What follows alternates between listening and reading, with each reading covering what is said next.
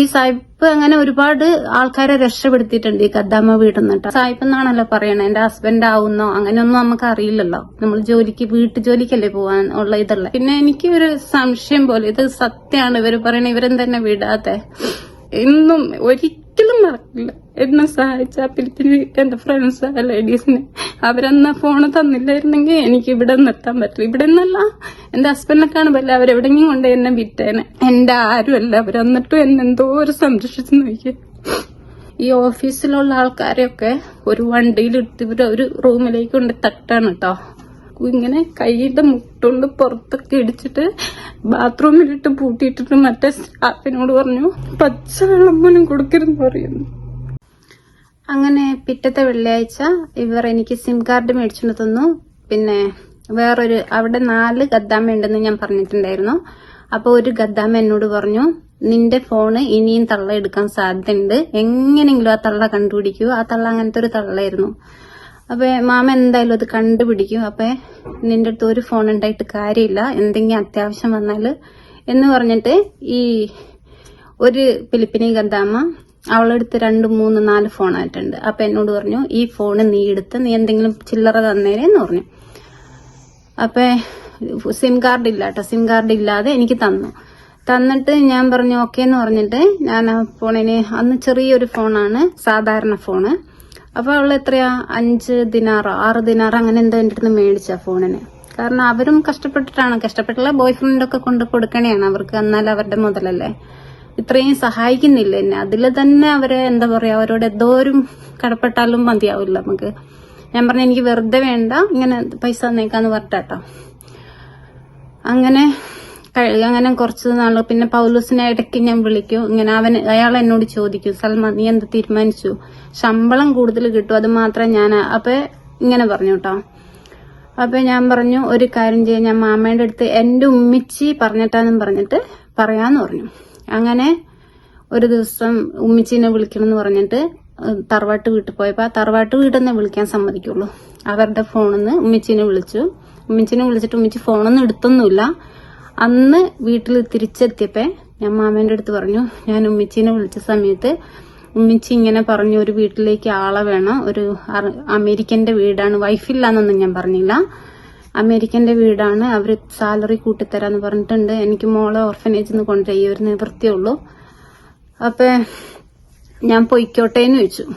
അപ്പൊ പറഞ്ഞു, ഈ മാമ എന്റെ അടുത്ത് പറഞ്ഞു നീ പൊയ്ക്കോ, അതിന് കുഴപ്പമില്ല, പക്ഷെ കുറച്ചുകൂടെ ടൈം പറഞ്ഞു, എനിക്ക് വേറൊരു ഗദ്ദാമനെ കണ്ടെത്തിയിട്ട് വേണം, നീ പൊയ്ക്കോന്ന് പറഞ്ഞ് അങ്ങനെ 2 ആഴ്ചയോളം അങ്ങനെ കഴിഞ്ഞുപോയി. പിന്നെ എന്റെ അടുത്ത് പറഞ്ഞു, അന്നേരം ഒരു ദിവസം എന്നെ ഗദ്ദാമ വിളിച്ച് അടുത്തിരുത്തിട്ട് പറഞ്ഞു, സൽമ നീ പോണം, സായിപ്പിന്റെ വീട്ടിൽ പോണെന്ന് പറഞ്ഞില്ല, നിനക്ക് ശമ്പളം കൂടുതൽ കിട്ടുകയാണ്, നീ പൊയ്ക്കോ, പക്ഷെ മക്കൾക്കൊക്കെ ഭയങ്കര വിഷമാണ് നീ പോണ കാര്യത്തില്, ഞാൻ തടഞ്ഞു നിർത്തുന്നില്ല, ഒരു കാര്യം ചെയ്യ്, ഈ റിലീസ് ചെയ്യാനുള്ള ഈ അവരുടെ പേരിലാണല്ലോ ഈ എന്റെ വിസയൊക്കെ ഉള്ളത്, അപ്പൊ അതിന് വേണ്ടിയിട്ട് അയാളോട് സായിപ്പിനോട് 1000 ദിനാർ, അന്നത്തെ അവിടുത്തെ 1000 ദിനാർ അത് തരാണെങ്കിൽ നിന്നെ ഞാൻ വിടാന്ന് പറയാൻ പറഞ്ഞു. അപ്പൊ പൗലൂസിനെ പിന്നെ ഇടയ്ക്ക് പൗലൂസിനെ വിളിച്ചിട്ട് ഞാൻ പറഞ്ഞു, പൗലൂസ് ഇങ്ങനെയാണ് പറയണേ, 1000 ദിനാർ കൊടുക്കണം, എന്നാലാണ് മാമ റിലീസ് ചെയ്ത് ഇങ്ങനെ വിടാൻ പറ്റുള്ളൂ, പാസ്പോർട്ടൊക്കെ തരുള്ളൂ എന്ന് പറഞ്ഞേക്കണേന്ന് പറഞ്ഞു. അപ്പൊ പൗലൂസ് പറഞ്ഞു, ഒരു കാര്യം ചെയ്യാം, ഞാൻ സായിപ്പിന്റെ അടുത്ത് സംസാരിക്കാം, പിന്നെ സായിപ്പിന് ഗദ്ദാമേനെ വേണ്ടിയിട്ടൊന്നുമല്ല, സായിപ്പ് സ്വന്തമാണ് എല്ലാം ചെയ്യണത്, പക്ഷെ നിന്നെ കുറിച്ച് ഞാൻ പറഞ്ഞപ്പോ ഇങ്ങനെ സങ്കടം വന്നിട്ടാന്ന് പറഞ്ഞു. അപ്പൊ ഈ സായിപ്പ് അങ്ങനെ ഒരുപാട് ആൾക്കാരെ രക്ഷപ്പെടുത്തിയിട്ടുണ്ട് ഈ ഗദ്ദാമ വീട്ടിൽ നിന്നിട്ട്. അത് കഥയൊക്കെ വരുന്നുണ്ട് കേട്ടോ. അപ്പൊ ഇങ്ങനെ നിന്നെ വേണ്ടിയിട്ടൊന്നുമല്ല, അവർക്ക് ജോലിക്കാരൊന്നും വേണ്ട, പുള്ളിക്കാരന് ഇത് ചെയ്യാനുള്ള ഇതുള്ളൂ വീട്ടിൽ, പുള്ളിക്കാരൻ രാവിലെ 5 മണിക്ക് ഡ്യൂട്ടിക്ക് പോകും, അങ്ങനെയൊക്കെയാന്ന് പറഞ്ഞിന്റെ അടുത്ത്. അപ്പൊ ഞാൻ പറഞ്ഞ 1000 ദിനാർ ഇപ്പൊ ഒരു രക്ഷ എന്നെ കൊണ്ട് കൊടുക്കാനില്ല, പിന്നെ നിങ്ങൾക്ക് സഹായിക്കുകയാണെങ്കിൽ ഓക്കെ എന്ന് പറഞ്ഞിട്ടുണ്ടെന്ന് പറഞ്ഞു. അങ്ങനെ പുള്ളിക്കാരൻ പറഞ്ഞു, ഞാൻ വിളിക്കാം, ഞാൻ സായിപ്പിന്റെ അടുത്ത് സംസാരിച്ചിട്ട് വിളിക്കാന്ന് പറഞ്ഞു. കുവൈറ്റില് ഈ സായിപ്പും ഈ പൗലോസ് എന്ന് പറഞ്ഞാലും ഒരു കമ്പനിയിലാണ് വർക്ക് ചെയ്യണം, അങ്ങനെയാണ് ഇവർക്ക് അറിയുന്നത് തമ്മില്. അപ്പൊ ITT എന്ന് പറഞ്ഞൊരു കമ്പനിയിലായിരുന്നു എന്റെ ഹസ്ബൻഡ് വർക്ക് ചെയ്തതും ഈ പൗലോസ് എന്ന് പറഞ്ഞ ആള് വർക്ക് ചെയ്യുന്നതും. അങ്ങനെ അമേരിക്കക്കാർക്ക് ഡിഫറെന്റ്. എന്റെ ഹസ്ബൻഡ് എന്ന് പറഞ്ഞാല് സൂപ്പർവൈസർ ആയിരുന്നു അവിടുത്തെ. അതുകൊണ്ട് തന്നെ എല്ലാവർക്കും ഭയങ്കര കാര്യം, എല്ലാവർക്കും ഭയങ്കര ഇഷ്ടമൊക്കെ ആയിരുന്നു. അങ്ങനെ പുള്ളിക്കാരനോട് ചോദിച്ചപ്പോൾ പുള്ളിക്കാരൻ പറഞ്ഞു 1000 ദിനാറല്ലേ, അത് കുഴപ്പമില്ല, ഞാൻ കൊടുത്തോളാന്ന് പറഞ്ഞെന്ന് പുള്ളി മെസ്സേജ് അയച്ചു. അപ്പൊ എനിക്കൊരു സമാധാനമായി. അപ്പൊ ഞാൻ മാമേന്റെ അടുത്ത് പറഞ്ഞു, പിന്നെ അന്നേരം പറയാൻ പറ്റില്ല മാമയുടെ അടുത്ത്. പിറ്റത്തെ വെള്ളിയാഴ്ച വീട്ടിൽ പോയിട്ട് എന്റെ ഉമ്മിച്ചീനെ വിളിച്ചിട്ട് പിന്നെ ഉമ്മിച്ചീനോട് ഞാൻ പറഞ്ഞു, ഉമ്മ ഇങ്ങനെ ഒരു സംഗതി ഉണ്ട്, സായിപ്പിന്റെ വീട്ടിലേക്ക് ഇങ്ങനെ ജോലിക്ക് പോവാന്ന് പറഞ്ഞിട്ടുണ്ട്, ഞാൻ പൊക്കോട്ടേന്ന് ചോദിച്ചു ഉമ്മിച്ചീനോട്. അപ്പൊ ഉമ്മിച്ചി പറഞ്ഞു, മോളെ എങ്ങനെ രക്ഷപ്പെടണമെങ്കിൽ പൊയ്ക്കോ, പൊയ്ക്കോളാൻ പറഞ്ഞു എന്റെ അടുത്ത്. അങ്ങനെ മാമ വിടുവെന്ന് ചോദിച്ചു. അന്നേരം ഞാൻ പറഞ്ഞു, മാമ 1000 ദിനാറ് കൊടുത്ത വിടാന്ന് പറഞ്ഞിട്ടുണ്ടായിരുന്നു എന്ന് പറഞ്ഞു. അപ്പൊ ഉമ്മ പറഞ്ഞു 1000 ദിനാർ ഇപ്പൊ എങ്ങനെയാ കൊടുക്കുക? ഞാൻ പറഞ്ഞു ആ സായിപ്പ് കൊടുത്തു. അന്ന് സായിപ്പ് എന്നാണല്ലോ പറയണേ, എന്റെ ഹസ്ബൻഡ് ആവുന്നോ അങ്ങനെയൊന്നും നമുക്ക് അറിയില്ലല്ലോ, നമ്മൾ വീട്ടു ജോലിക്കല്ലേ പോവാൻ ഉള്ള ഇതല്ലേ. അപ്പൊ സായിപ്പ് കൊടുത്തോളാന്ന് പറഞ്ഞു. അപ്പൊ പറഞ്ഞു, അല്ലാ അങ്ങനത്തെ ഒക്കെ മനുഷ്യരുണ്ട് ദുനിയാവിൽ, ഇങ്ങനെ മനുഷ്യരെ സഹായിക്കുന്ന ഇങ്ങനെയൊക്കെ ഉമ്മച്ചിയും പറഞ്ഞു. ഉമ്മ കുറെ കരഞ്ഞ് സങ്കടമൊക്കെ പറഞ്ഞു. അപ്പൊ അങ്ങനെ 1000 ദിനാറ് കൊടുക്കാന്ന് പറഞ്ഞു. അന്ന് ഞാൻ മാമയുടെ അടുത്ത് പറഞ്ഞില്ല കേട്ടോ. പിന്നെ ആ സമയത്ത് വീട്ടിൽ വെള്ളിയാഴ്ച എല്ലാ കാര്യത്തിനും ഇത് നെക്സ്റ്റ് വെള്ളിയാഴ്ച വരെ വെയിറ്റ് ചെയ്യണം. കാരണം എന്റെ ഫ്രണ്ട്സിന്റെ അടുത്ത് പോയാലും സംസാരിക്കാനും, പിന്നെ ഉമ്മിച്ചിനെ ഈ വീട്ടിൽ നിന്ന് എന്നെ കൊണ്ട് വിളിപ്പിക്കില്ല, ആ വീട്ടിൽ ചെന്നാലേ വിളിപ്പിക്കുള്ളൂ. അങ്ങനെ ആ വീട്ടിലുള്ള ആൾക്കാർ നല്ലതായതുകൊണ്ട് തന്നെ ഫോൺ യൂസ് ചെയ്യാൻ സമ്മതിക്കും. അങ്ങനെ 1000 ദിനാർ കൊണ്ടുവരാന്ന് പറഞ്ഞിട്ട് ഒരു ദിവസം പൗലോസും പുള്ളിയും കൂടെ വന്നിട്ട് ഇന്ന ദിവസം ഇന്ന സ്ഥലത്ത് വെച്ച് കാണാന്ന് അവര് പറഞ്ഞ് മാമ പറഞ്ഞ് കാണാന്ന് പറഞ്ഞു. അങ്ങനെ എന്റെ ഹസ്ബൻഡ് അറബി സംസാരിക്കില്ല, പൗലോസും അറബി സംസാരിക്കില്ല. അപ്പൊ ഈ മൈ ഹസ്ബൻഡ് എന്ന് പറഞ്ഞിട്ടുണ്ടെങ്കിൽ ഒരു അറബിച്ച് പെണ്ണിനെ അറിയുന്ന, ഇതിക്ക് മുമ്പ് എവിടെന്നോ അറിയണ ഒരു അറബിച്ച് സ്ത്രീനെ കൂടെ കൊണ്ടുവന്ന് അറബി സംസാരിക്കാനും ഈ പൈസ കൊടുത്തിട്ട് എന്നെ കൊണ്ടുപോകാനൊക്കെ കൂടെ. ഈ അറബിച്ചുകൾ എന്ത് പണിയെടുത്തെന്ന് വെച്ചിട്ടുണ്ടെങ്കിൽ, ഈ എന്റെ ഹസ്ബൻഡ് കൊണ്ടുവന്ന അറബിച്ച് എന്ത് പണിയെടുത്തിട്ടുണ്ടെന്ന് വെച്ചാല്, എന്റെ ഹസ്ബൻഡിന്റെ അടുത്ത് 500 ദിനാറ് ഈ അറബിച്ചിക്ക് കൊടുക്കേണ്ട വന്നു. ഈ ജസ്റ്റ് വന്ന് സംസാരിക്കാൻ വേണ്ടി മാത്രം, സംസാരിച്ച് ഇത് ഡീൽ ചെയ്യാൻ വേണ്ടി മാത്രം അറബിച്ച് എന്റെ ഹസ്ബൻഡിന്റെ 500 ദിനാറ്, പിന്നെ ഈ മാമയ്ക്ക് 1000 ദിനാറ്, അങ്ങനെ 1500 ദിനാറ് അന്ന് എന്റെ ഹസ്ബൻഡ് അവിടെ കൊടുത്തിട്ട് എന്ത് പണിയെടുത്തെന്ന് വെച്ചാല്, ഈ എന്റെ ഹസ്ബൻഡിന്റെ കൂടെ വന്ന അറബിച്ച് എന്ത് പണിയെടുത്തെന്ന് വെച്ചാൽ ഇവരെടുത്ത് എന്തൊക്കെയൊന്നോണം പറഞ്ഞു കൊടുത്തിട്ട് ഈ അറബിച്ച് എന്നെ വിട്ടില്ല. ഈ അറബിച്ച് എന്നെ വിടാണ്ടായപ്പോ ഈ പൗലോസ് എനിക്ക് മെസ്സേജ് അയക്കുന്നുണ്ടല്ലോ. ഈ പൗലോസ് മെസ്സേജ് അയക്കുന്ന സമയത്ത് എല്ലാ കാര്യങ്ങളും ഞാൻ അറിയുന്നുണ്ട്. പൈസ കൊടുത്ത് അറബിച്ചിനെ വേറെ അറബിച്ചിനെ കൊണ്ട്, അറബി അറിയില്ലാത്തതുകൊണ്ട് തന്നെ വേറെ അറബിച്ചിനെ കൊണ്ടൊന്ന് സംസാരിപ്പിച്ചത്, പൈസ കൊടുത്തതൊക്കെ ഞാൻ അറിയുന്നുണ്ട്. അപ്പൊ എന്റെ അറബിച്ചിന്റെ ഇത് പറഞ്ഞു, അവര് പറഞ്ഞ് പറ്റിച്ചതാണ്, പൈസ ഒന്നും തന്നില്ല എന്നൊക്കെ പറഞ്ഞു. അപ്പൊ ഞാൻ അറിയാത്ത പോലെ ഭാവിച്ചു. ഞാൻ പറഞ്ഞു, ഞാൻ എന്തായാലും ഇവിടെ നിൽക്കില്ല, ഇനി എനിക്ക് പോണെന്ന് പറഞ്ഞു. അപ്പൊ അറബിച്ച് ഭയങ്കര പ്രശ്നമായി. അറബിച്ച് ഭയങ്കര പ്രശ്നമായി എന്ന് പറഞ്ഞിട്ടുണ്ടെങ്കിൽ പിന്നെ തൊട്ടേനും തുടർന്നേനും ഒക്കെ വഴക്കും ചീത്തയും. അങ്ങനെ കുറച്ചു ദിവസം കൂടെ എനിക്ക് പറയാൻ പോലും പറ്റണില്ല ചരിത്രമൊന്നും. അങ്ങനെ കുറച്ചു ദിവസം കൂടെ അവിടെ തള്ളി നീക്കി. പൗലോസ് ഇടയ്ക്ക് മെസ്സേജ് അയക്കും, എന്താ സൽമ ചെയ്യാ, നീ അവരെന്തായാലും റിലീസ് ചെയ്തില്ല, അവർ ചതിച്ചതായിരുന്നു എന്ന് പറഞ്ഞു. അങ്ങനെ എന്റെ ഫ്രണ്ട്സിന്റെ അടുത്ത് പോയപ്പോ ഞാൻ പറഞ്ഞപ്പോ എന്നോട് അവര് പറഞ്ഞു, എന്തായാലും നീ ഒന്നും ചെയ്യണ്ട, മക്കളെയും നോക്കണ്ട, അവിടെ ഇരിക്കുക, അപ്പൊ അവര് കൊണ്ടുവന്ന് ഓഫീസിലാക്കിക്കോളൂ എന്ന് പറഞ്ഞു. അപ്പൊ ഞാൻ എന്ത് പണിയെടുത്തു, സെയിം ഒന്നും ചെയ്യാണ്ടായി. പിന്നെ എന്നെ എന്താ പറയാ, ഈ ഗദ്ദാമ ജീവിതത്തിലെ ജീവിതം പോലെയായി പിന്നെ ലൈഫ് അവിടെ. അങ്ങനെ എനിക്ക് സങ്കടം വരുന്നുണ്ട്. എന്റെ ഹസ്ബൻഡ് പൈസ കൊടുത്തു, 1000 ദിനാർ ഇയാൾക്കും ഈ ലേഡിക്കും കൊടുത്തു, 500 ദിനാർ അതർ ലേഡിക്കും കൊടുത്തു. അപ്പൊ ഈ ലേഡീസ് തമ്മിൽ ഫ്രണ്ട്സായി. ഇവർ അറബിച്ചുകളാണല്ലോ, ഇവര് തമ്മിൽ ഫ്രണ്ട്സായി. ഇവര് തമ്മിൽ ഒരു തീരുമാനം എടുത്തു. അതിനിടയ്ക്ക് എന്റെ ഈ ഫോണ് വീണ്ടും ഈ അറബിച്ച് എങ്ങനെയാണെന്നറിയില്ല, ഈ അറബിച്ചുകൾക്കൊക്കെ ഭയങ്കര സാമർത്ഥ്യമാണ്. ഞാൻ ആ ഫോണ് കാര്യത്തിൽ ഉപയോഗിക്കൽ തന്നെയില്ല, എപ്പോഴെങ്കിലും ഒന്ന് എടുത്ത് നോക്കൂന്നല്ലാണ്ട്. എന്നിട്ട് ഈ അറബിച്ച് ആ ഫോണ് കണ്ടുപിടിച്ച് എന്നെ കുറെ തല്ലൊക്കെ ചെയ്ത് അറബിച്ച്, എനിക്ക് ആരെ ഫോൺ കൊണ്ടുതരണമെന്ന് അറിയണം, അങ്ങനെയാണ് ഇങ്ങനെയാണ് എന്നും പറഞ്ഞിട്ട്, ഈ സായിപ്പാണോ കൊണ്ടുതരണേ, അങ്ങനെയാണ് സായിപ്പിന്റെ പേരിൽ കേസ് എടുക്കും, അങ്ങനെയാക്കും ഇങ്ങനെയാക്കും എന്നൊക്കെ പറഞ്ഞിട്ട്. എന്റെ ഹസ്ബൻഡ് പാവം നിരപരാധിയായിരുന്നു കേട്ടോ. എന്നിട്ട് അങ്ങനെ ഒച്ചപ്പാടായി. പിന്നെ എന്ത് പ്രശ്നമായാലും വെള്ളിയാഴ്ച ആ വീട്ടിൽ പോകുമ്പോ എന്നെ കൊണ്ടുപോകുമല്ലോ. അപ്പൊ ഞാൻ അവരോട് പറഞ്ഞിട്ട് അവര് പറഞ്ഞു എന്റെ അടുത്ത്, സൽമ എന്താ ചെയ്യാൻ, എനിക്ക് ഇനി അവിടെ നിൽക്കാൻ പറ്റുമെന്ന് തോന്നണില്ല, എന്തായാലും നിന്നെ അവർ കൊണ്ടുപോയി വേറെ ഓഫീസിൽ വിൽക്കും, എന്തായാലും ഏത് നിമിഷവും ഇനി നമ്മൾ കണ്ടുമുട്ടിന്നൊന്നും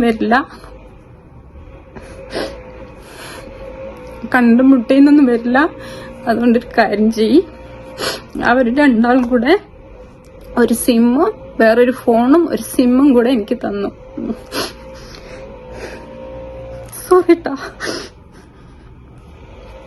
അങ്ങനെ വീണ്ടും തിരിച്ചുപോയി വീട്ടിലെത്തി. പിന്നെ മാമ ഭയങ്കര ദ്രോഹാണ്, മാമയും മക്കളൊക്കെ.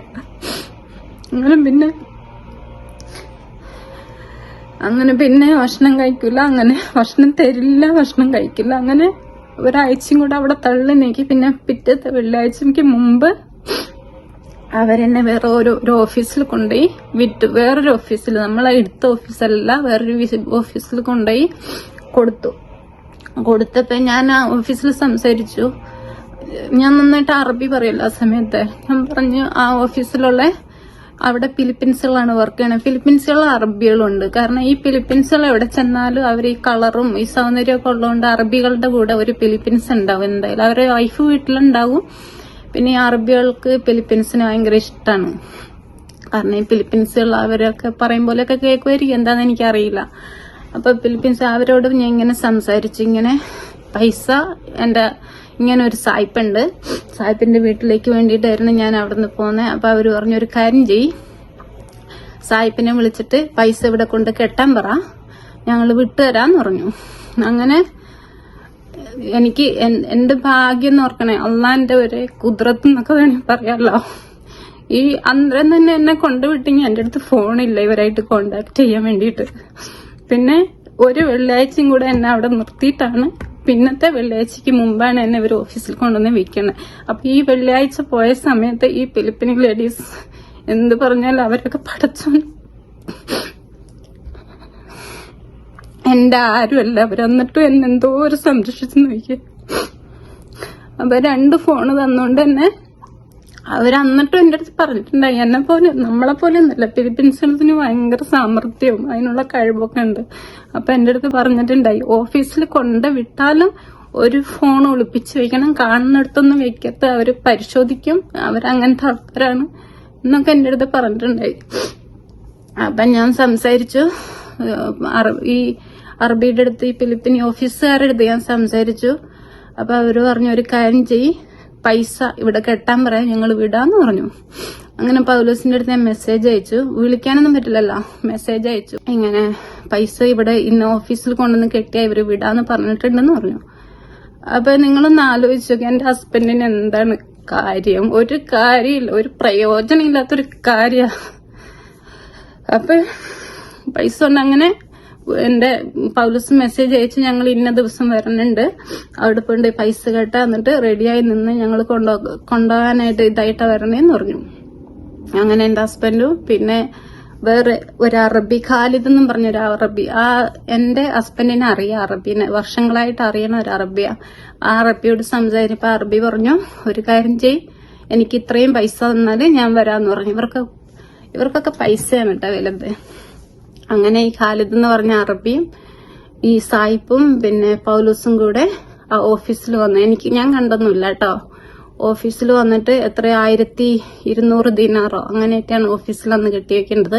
ആ പൈസയും കെട്ടിവെച്ചു. ഈ ഖാലിദിന് എത്ര 700-750 ദിനാറോ എന്നിട്ട് അന്ന് ഖാലിദിനും കൊടുത്തു. എന്നെ കൊണ്ടുപോകാനായിട്ട് വന്നത്, പക്ഷെ അവരെന്നെ വിട്ടില്ല. ആ പൈസ അവര് മേടിച്ചെടുത്തു. ഈ ഖാലിദ് ചതിക്കായിരുന്നു കേട്ടോ. അങ്ങനെ അവിടെ അന്ന് എന്നെ വിട്ടില്ല. പിന്നെ ഞാൻ മെസ്സേജ് അയച്ചപ്പോ പറഞ്ഞു ഞങ്ങൾ പൈസ ഒക്കെ അടച്ചിട്ടുണ്ട് സൽമ. പിന്നെ എനിക്ക് ഒരു സംശയം പോലെ, ഇത് സത്യമാണ് ഇവര് പറയണ, ഇവരും തന്നെ വിടാതെ. പിന്നെ എന്നിട്ട് അന്ന് വൈകിട്ട് അപ്പോഴത്തേക്ക് ഓഫീസിൽ 3-4 ദിവസമായിട്ട്, അപ്പോഴത്തേക്ക് ഞാൻ ചുരുക്കി പറയണോണ്ട് കുറച്ചൊക്കെ വിട്ടു പോകുന്നുണ്ട്. അപ്പോഴത്തേക്ക് 3-4 ദിവസമായി ഓഫീസില്. ഈ ഹസ്ബൻഡ് പൈസ കൊണ്ട് കെട്ടി എല്ലാം കഴിഞ്ഞ പിന്നെ എന്നെ ഇന്ന് രാവിലെ ഓഫീസിൽ കൊണ്ടുവരും. ഇവരെന്റെ അടുത്ത് പറഞ്ഞിട്ടില്ല കേട്ടോ പൈസ കെട്ടിന്ന്. അങ്ങനെ ഒരു ദിവസം പൈസ കെട്ടി കഴിഞ്ഞപ്പോ പിറ്റേ ദിവസം ഓഫീസിൽ ചെന്നപ്പോ ഞാൻ അവരോട് ചോദിച്ചു, എന്നെ എന്താ വിടാത്ത, അവര് പൈസ കെട്ടിയില്ലേന്ന് ചോദിച്ചു. അപ്പൊ അവര് പറഞ്ഞു പൈസ ഒന്നും കെട്ടിയിട്ടില്ല എന്ന് പറഞ്ഞു. എനിക്കറിയാം അവര് പൈസ കെട്ടിയിട്ടുണ്ട്, പ്ലീസ് എന്നെ വിടാൻ പറഞ്ഞു. അപ്പൊ അവര് പറഞ്ഞു നിന്റെ അടുത്ത് ഫോൺ ഉണ്ട്, അല്ലെങ്കിൽ നീ എങ്ങനെയാ അറിയുന്നതെന്ന് ചോദിച്ചു. പിന്നെ പ്രശ്നമായി എന്ന് പറഞ്ഞിട്ടുണ്ടെങ്കിൽ ഞാൻ ഫോൺ വയ്ക്കുന്ന സ്ഥലമൊന്നും ഇപ്പൊ ഞാൻ പറയണില്ല. അങ്ങനെ ആ ഫിലിപ്പിനി ലേഡീസ് എന്നെ റൂമിലേക്ക് കൂട്ടിക്കൊണ്ട് പരിശോധിച്ച് ഒരു ഫോൺ എടുത്ത് ആ ഫോണ് പോയിട്ടോ. ഞാൻ ആ ഫിലിപ്പീൻസിന് എന്നും ഒരിക്കലും മറക്കില്ല. എന്നെ സഹായിച്ച ആ ഫിലിപ്പീൻസ് എന്റെ ഫ്രണ്ട്സ് ആ ലേഡീസിന് അവരെന്നാ ഫോണ് തന്നില്ലായിരുന്നെങ്കിൽ എനിക്ക് ഇവിടെ നിന്ന് എത്താൻ പറ്റില്ല. ഇവിടെ നിന്നല്ല, എന്റെ ഹസ്ബൻഡിനെ കാണുമ്പോൾ അവരെവിടെയെങ്കിലും കൊണ്ട് എന്നെ വിറ്റേനെ. അങ്ങനെ ആ മറ്റേ ഫോൺ ഒളിപ്പിച്ച് വെച്ചുകൊണ്ട് തന്നെ മെസ്സേജ് മാത്രം അയക്കും. അപ്പൊ ഈ ഓഫീസിൽ നിന്ന് ഇവരെന്റെ ഫോണ് മേടിച്ചു വെച്ചു. അപ്പൊ എനിക്ക് പിന്നെ വിളിക്കാൻ പറ്റില്ല എന്ന് അവരെ വിചാരം. 2 ഫോൺ ഉണ്ടാവുന്ന അവർക്കും ഒരു ഇതില്ല. അങ്ങനെ അന്ന് വൈകിട്ട് ഈ ഓഫീസിലുള്ള ആൾക്കാരെയൊക്കെ ഒരു വണ്ടിയിലിട്ട് ഒരു റൂമിലേക്ക് കൊണ്ട് തട്ടാണ് കേട്ടോ. അങ്ങനെ 3-4 ദിവസമായിട്ട് ആയി അപ്പോഴത്തേക്ക്. അപ്പൊ എല്ലാ ലേഡീസിനെയും രാവിലെ കൊണ്ടുവരും, ഇങ്ങനെ നേരെയായിട്ട് ഇരുത്തും. ഏതെങ്കിലും അറബികൾ വന്നിട്ട് 1-നും 2-നും 3-നും ഒക്കെ കൊണ്ടുപോകും. ബാക്കിയുള്ള ഐറ്റങ്ങളെ രാത്രിയില് ഒരു 10 മണി വരെ ഓഫീസിലിരിക്കണം. ഒരു വെള്ളം തരില്ല, ഒന്നും തരില്ല, കുടിക്കാനും തിന്നാനൊന്നും ഒന്നും തരില്ല. അങ്ങനെ സോറിട്ടാ. അങ്ങനെ കുറെ ലേഡീസിനെ ഓഫീസിലൂടെ തട്ടും. പിന്നെ പാക്കറ്റ് കുബൂസ്, ഒരു പാക്കറ്റ് കുബൂസിന് കയറി 10-12 ലേഡീസ് ഉണ്ടാവും ഞങ്ങക്ക് മേടിച്ചു തരണത്. എനിക്കൊന്നും തരില്ല. അന്ന് രാത്രി എന്നെ കൊണ്ടുപോയിട്ട് അറബി വന്നിട്ട് എന്നെ ഇടിച്ചിട്ട് എന്നെ അടിച്ച് മുടിയൊക്കെ കുത്തിപ്പിടിച്ച് ഇടിച്ച്. ഞാൻ സിനിമയിലൊക്കെ കണ്ടിട്ടുള്ളൂ. അങ്ങനെ എന്റെ മറ്റേ ഹസ്ബൻഡ് ഉള്ള സമയത്ത് അത്ര അടിയൊക്കെ കിട്ടിയിട്ടുണ്ടെങ്കിലും അങ്ങനത്തെ ത്രോ ഒന്നും കിട്ടിയിട്ടില്ലായിരുന്നു. ഇങ്ങനെ കൈയുടെ മുട്ടുണ്ട് പുറത്തൊക്കെ ഇടിച്ചിട്ട് ബാത്റൂമിലിട്ട് പൂട്ടിയിട്ടിട്ട് മറ്റേ സ്റ്റാഫിനോട് പറഞ്ഞു പച്ചവെള്ളം, റമളാൻ മാസമാണ് കേട്ടോന്ന്, അന്ന് റമളാൻ മാസമാണ്, എന്നിട്ട് പച്ചവെള്ളം പോലും കൊടുക്കരുതെന്ന് പറയുന്നു. അവർക്ക് വിഷമായിട്ട് അവര് വാതിൽ ഓർക്കാൻ പറ്റില്ലല്ലോ, കാരണം പൂട്ടിട്ടൊക്കെ ബാത്റൂമിലാന്ന് ഓർക്കണേ.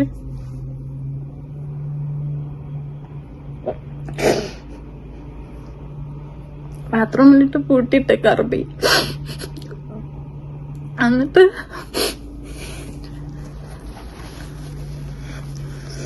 പച്ചവെള്ളം കൊടുക്കരുതെന്ന് പറയും. പിന്നെ രാവിലെ വന്ന് വാതിൽ തുറന്നിട്ട് ഞാൻ ബാത്റൂമിൽ പൈപ്പിൽ നിന്ന് വെള്ളം കുടിക്കും.